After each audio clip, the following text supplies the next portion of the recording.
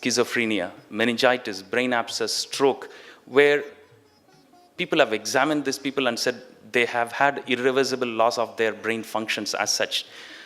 The moments before their death, few minutes, few hours before their death, they came back to exceptional clarity and their behavior entirely changed. People who have been aggressive due to their mental derangement or all due to this meningitis and brain abscess, they became completely calm and peaceful just minutes and hours before the death. And these as well been well studied and well documented medically by doctors.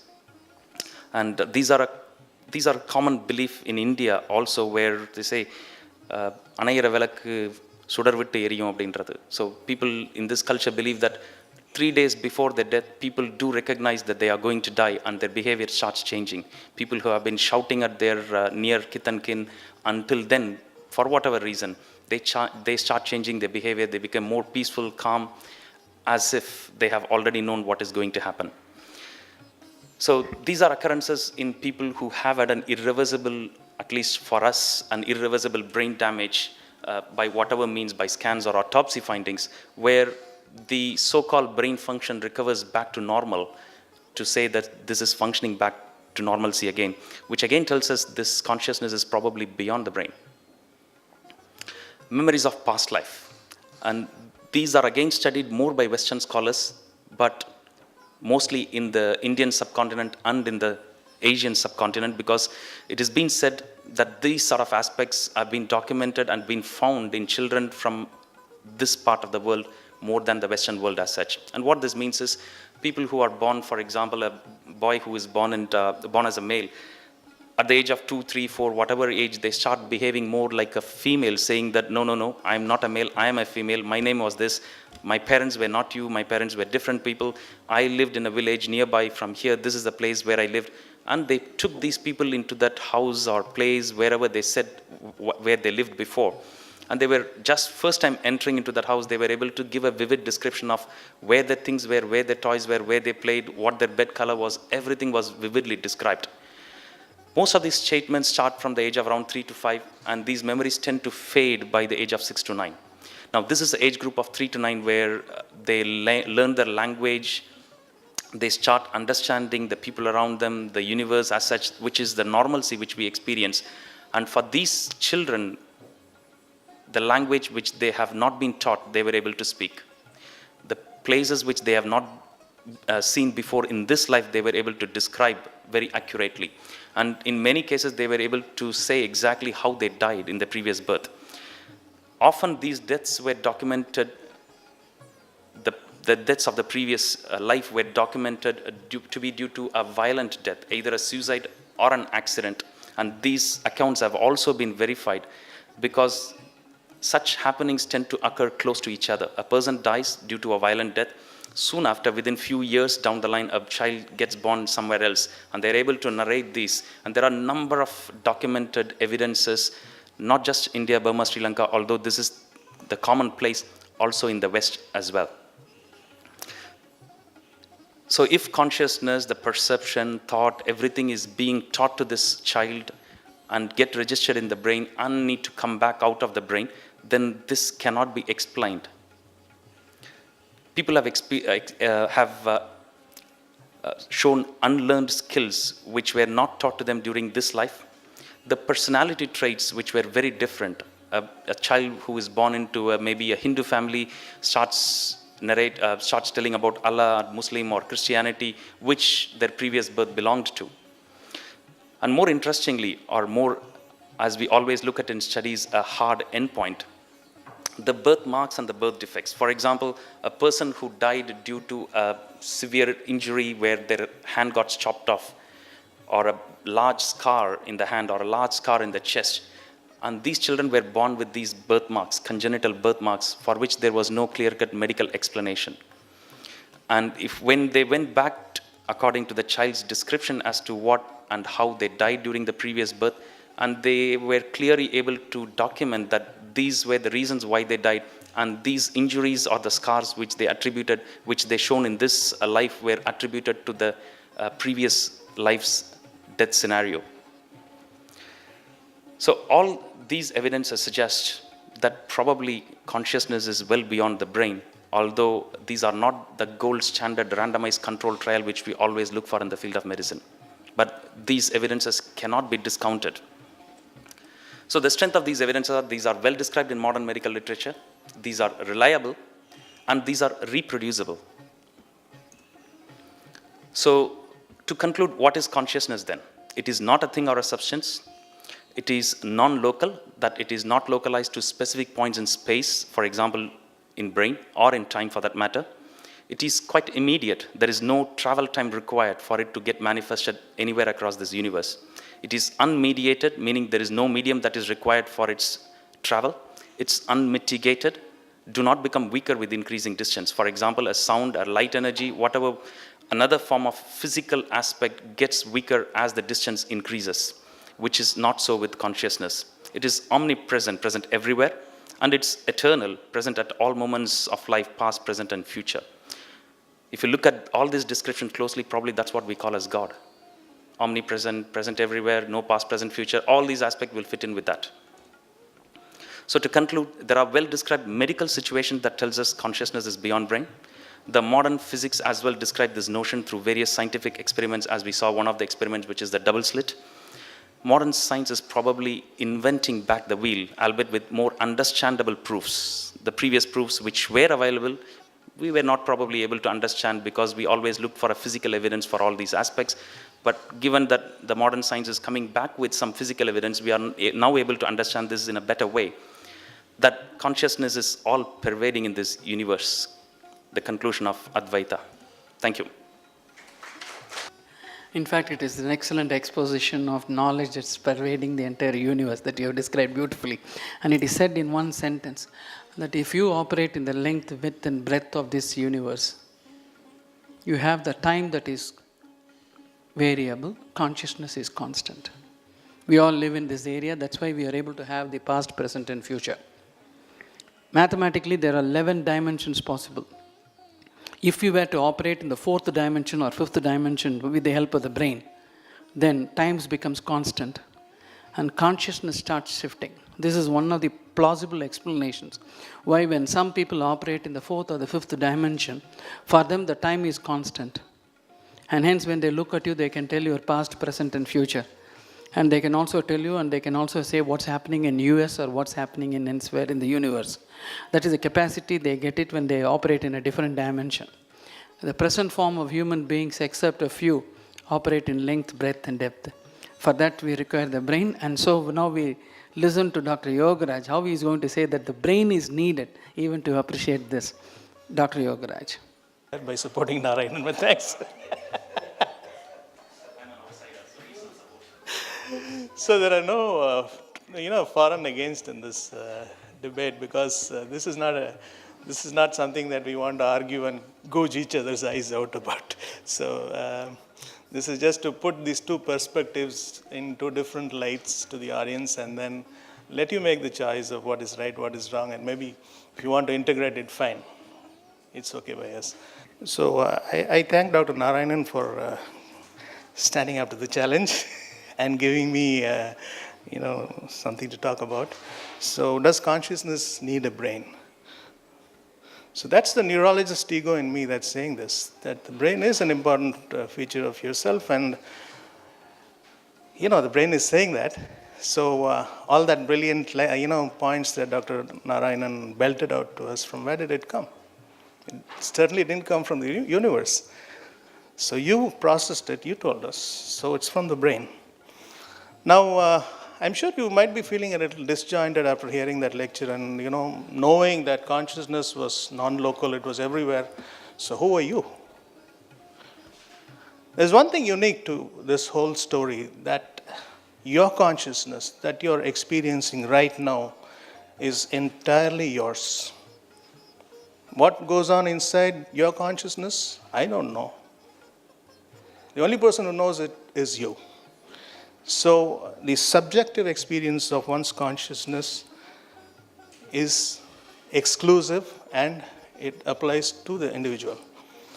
So, as neurologists, we have this simple systems model of looking at consciousness, which is workable by the bedside On one side, it is the arousal mechanism, and on the other side, it's the content.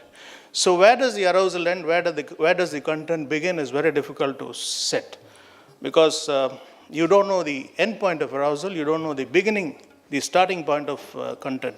So as the content becomes more rich, you experience, more vivid states of consciousness. So this is a workable model for us at the bedside, but it does not answer the questions that the philosophers raise for us, or the quantum physicists throw so mercilessly at us. So I have to resort to going a little bit into the quantum physics as Dr. Narayanan did, because they have challenged the concept of consciousness at an entirely different level, at the subatomic level. So it didn't start very late. It started as early as 1924. And it was Alfred Lotka who proposed that mind controls the brain by modulating quantum jumps. So that was pretty early. And then the Bose-Einstein condensate came, which says that matter condenses and begins to behave as a single entity. So I must confess before I proceed that most of this quantum mechanics, quantum physics, I didn't understand. It's very difficult for me because I was brought up in Newtonian physics. That's all I know, and very badly. I know my Newtonian physics. So if you should excuse me for not giving you too many details about this. Anyway, there's some attractive theories about consciousness. Henry Stapp, who propagated the tripartite idealism, he used these three processes. The Schrödinger process, which says that everything exists in terms of probability. You probably heard about the Schrödinger's cat. And then the Heisenberg process, which is a conscious choice that we make. It's the collapse of the wave function that was described so beautifully by Dr. Narayanan. In the double slit experiment, you shoot electron through two slits, a double slit, and on the screen behind, what you see after an hour, if you don't observe, is an interference pattern. But if you look at the electrons, if there's an observer in the whole experiment, what happens is the electron behaves as a particle. So there is what is called as a collapse of the wave function. What happens in the previous scenario where you see an interference pattern is that one electron passes through both the slits, and then it forms a wave, and then you see interference pattern. So this is called a superposition, where the electron can be present anywhere. I'm sure it's getting weird. So the Dirac process is what gives the answer. For example, this is knowledge that accumulates, and the world keeps changing according to the knowledge that accumulates. So this is an interesting theory propounded by Stapp. Now, there are two guys who you can hear talking on the YouTube very often. One is Roger Penrose, and the other is the anesthetist Stuart Hameroff. They have set up a theory which is called as orchestrated objective reduction, which is, I don't understand this at all, but at the base of it, they say that the cytoskeleton of the cell, the nanotubes, at the level of cytoskeleton, they're about 25 nanometers. And they don't behave, in concurrence with the Newtonian physics. So the quantum physical reactions take place at that level. So the physical substrate for the quantum physics to happen at the cellular level is probably at the cytoskeleton. But this has come under a lot of criticism, because for quantum processes to happen, you can't have something as solid as a cytoskeleton. There has to be space. So this is the difference between the classical world and the quantum world. What you see on the surface is the classical world. What you see under the surface is the quantum world. So the classical world is concrete, chaotic, definite, rigid, isolated, disconnected, logical, separated material. The quantum world is subconscious, dreamlike, abstract, multiple coexisting possibilities, where what Dr. Narayanan says can happen, like past life experiences, out-of-body experiences. And there is deep interconnectedness. Again, the past life, present life, paradoxical, quixotic, and there is access to Platonic wisdom, universal mind, the spirituality, etc. One thing that I'd like to mention here is the quantum Zeno effect, which is like the observer effect. So what happens in a unstable particle? What happens if a particle from a higher energy orbit is coming down to a lower energy orbit? This instability in the system. And what happens to this if you measure it? When you begin to measure it, what happens is that the reaction does not take place. The mere act of observing this and measuring this stops this process. So the particle knows that you're measuring. How? This is something that nobody is able to explain. This is on the basis of what happened in the double slit experiment. The observation of the process, the observership, alters the observed. So the observership, observed. So the observer watching the observed alters the behavior of the observed object. And then I would like to draw your attention to this project which is called as the Global Consciousness Project. How many of you have heard about this? Right. This is very simple. All over the world there are random event generators, random number generators. I'll show you the map for this. There is one in Chennai in IIT. There's one in Bangalore IIT. So what they do is they just keep on generating random numbers. And they found that when there is a big world event like 9/11, all these event generators, they start to synchronize. They think this is because of the emotion of the people that affects the environment. So based on this, there have been synchronizations with regard to the Nepal earthquake, the German wing plane crash. So in some way, the collective emotions of the people start to affect the material world. So each neuron is connected to the other neurons by up to 40,000 individual connections between cells. Multiplying 100 billion neurons times 40,000 synapses is equivalent to the brain having more connections in it than there are stars in the universe. So what am I trying to tell you? Now look at these two pictures. The one on the left is a picture of the brain cell. On the right is conceptualization of the universe. Do you see any similarities? So is the brain a hologram of the universe?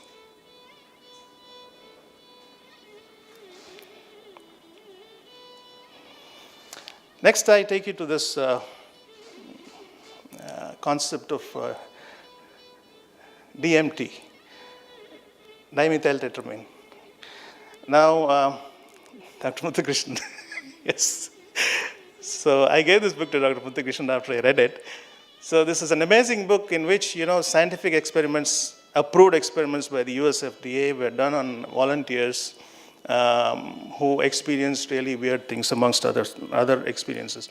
So there have been experiences of, out-of-body experiences, alien abductions, getting connected with spiritual realities, alien visitations, and so on. And this DMT, dimethyltryptamine, is actually secreted by us in the pineal gland. So that's the proof for it. So for whatever the experiences that you think that you're experiencing out of body, so-called instances Dr. Narayanan told us, were already present in the brain, and they are probably dug up by processes that are happening because of disturbance in the brain. So this has been used even earlier than we discovered DMT. It is called as ayahuasca in the South American tradition, where taking this gives this tremendous hallucinogenic experience. And it has been used as ibogaine in the African continent.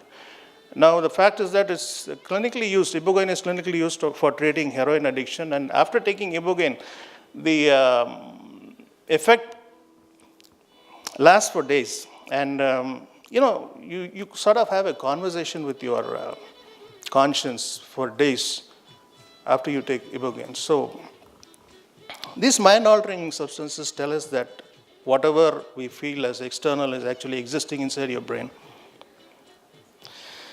So that is my conclusion. I think